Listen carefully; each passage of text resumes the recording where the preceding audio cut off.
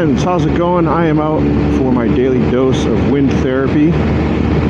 Sometimes I just go out for a nice ride on the roads I like and come home, and other times I think about, hitting a destination like right now Power Sports, or today it's AF1 Racing. So I'm going to go down there and check it out. They're the local kind of Italian motorcycle dealer, so they do the MB Agusta and Aprilia, and I heard they just took on, not an Italian brand, but they took on Triumph. And AF1 Racing sells all the Italian bikes, including Vespas.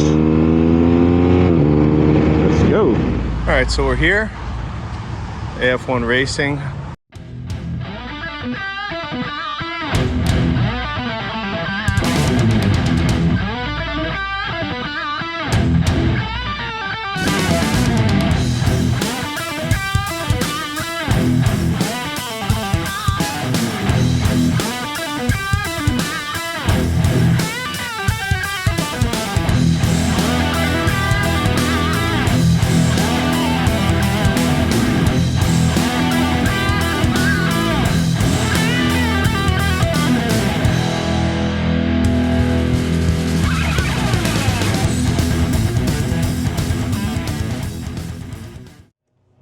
All right, we're here with our new friend Brandon. What's up? Hey, here at AF1 Racing, and we've got this really cool bike. This is new to the market. When did this bike come out? We received the bike about two and a half months ago. 2.5 months ago, and this is what we're talking about.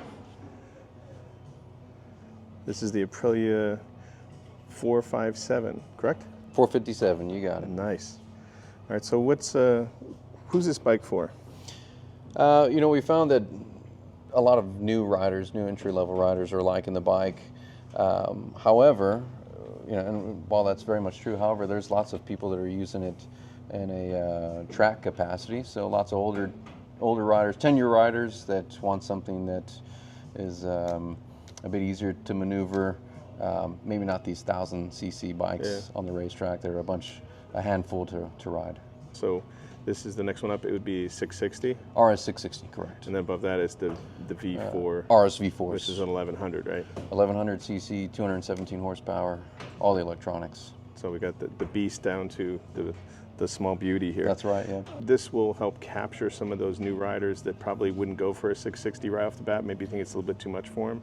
Yeah, that's perfectly put. As we were speaking earlier, Aprilia for a long time only ever had big CC bikes, big powerful motorcycles, and for anybody that was just getting into it that admired the brand, if you weren't ready for a 1,000cc bike, you weren't really visiting us. So the 660 changed that a lot for us. There's some people that feel comfortable on it, but to your point, the 457 is inviting for everybody. So there's even more people coming over and able to start their Aprilia journey from the entry level all the way up to the big CC bikes. Now, talking about specs on these bikes, is this bike comparable to its bigger cousin, if you will, the V4, in terms of seat height? I mean, weight definitely is going to be different, but like seat height, so the feel of like just getting on it is going to be similar, the ergonomics and all that, or is it a little bit smaller? It is definitely a smaller bike. For instance, on a RS V4, me being 6 foot, I can put my butt all the way to the back, move up to the front. And flat foot it. Yeah, I can flat foot it. But this one's a much smaller cockpit. When you're on it, you're on an Aprilia product. So it still has that Aprilia flavor to it. But in terms of ergonomics, you can tell with an RS-V4 it is a very focused, purposeful motorcycle.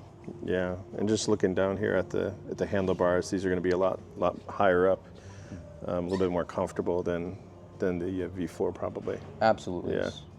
What's the approximate starting price on these guys? So we've got the racing stripes at $68.99, and then the two other colors will be at $67.99. Okay, so the one we're looking at here, this is called the racing stripes. And so let's go down the line here. So this next one over here is prismatic dark, and then the opalescent white. Okay, very cool.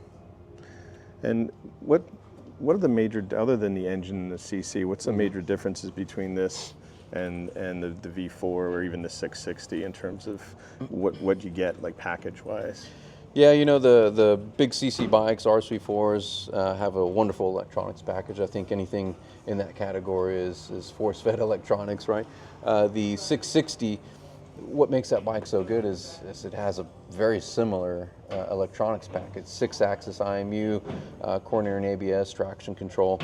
This one, while it doesn't have all of that, it still has a much better and much more comprehensive electronics package from the start. So ride modes, ABS, traction control, all of those great things that perhaps are not available to them from other manufacturers. Mm-hmm. Real nice addition to the Aprilia brand for the stepstones, for going from down all the way up. Brand loyalty all the way through. Yeah, and I mentioned earlier I do a lot of interviews at like moto meetups and stuff like that, and a lot of the newer riders are talking about, like, if they're riding a 400 or a 500 for a year or so, then they want to step it up to like 600 or something like that, or a 750. Yeah. But in the cornering and the twisties, you know, 500, 400, 600 cc bikes are pretty fun. Yeah, you use all the power, especially on this, where you use more of the power for a 600 cc. You can use more of the brakes because you're not coming down from such a high speed. There's plenty of guys, you know, especially on the racetrack, that will humble you on a small CC bike, and Sure.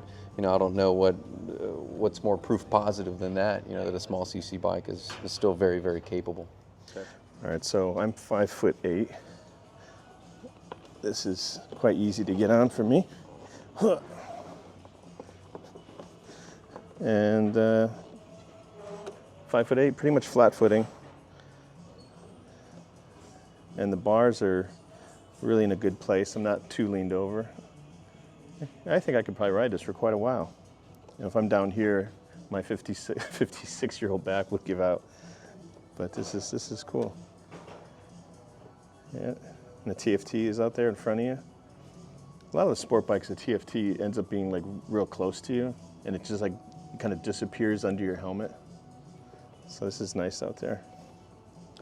Very light.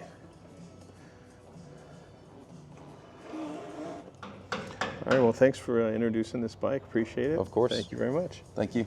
All right, well, that was fun. Very cool. There goes the bike right now. The Hayabusa on the highway there. Damn, that's loud. But yeah, thanks for the team here at AF1 Racing for putting up with me for a little bit and talking about the bikes. It was really cool. And that new Aprilia 457 is a really nice bike. Very light. Nice ergonomics. I fit on it, so if you're 5'8" or you know, taller, you're gonna flat foot that no problem. You're 5'6", 5'7", you're still pretty much got your ball foot and everything else on there, so that's pretty cool. Thanks for joining me today, and we'll see you next time later.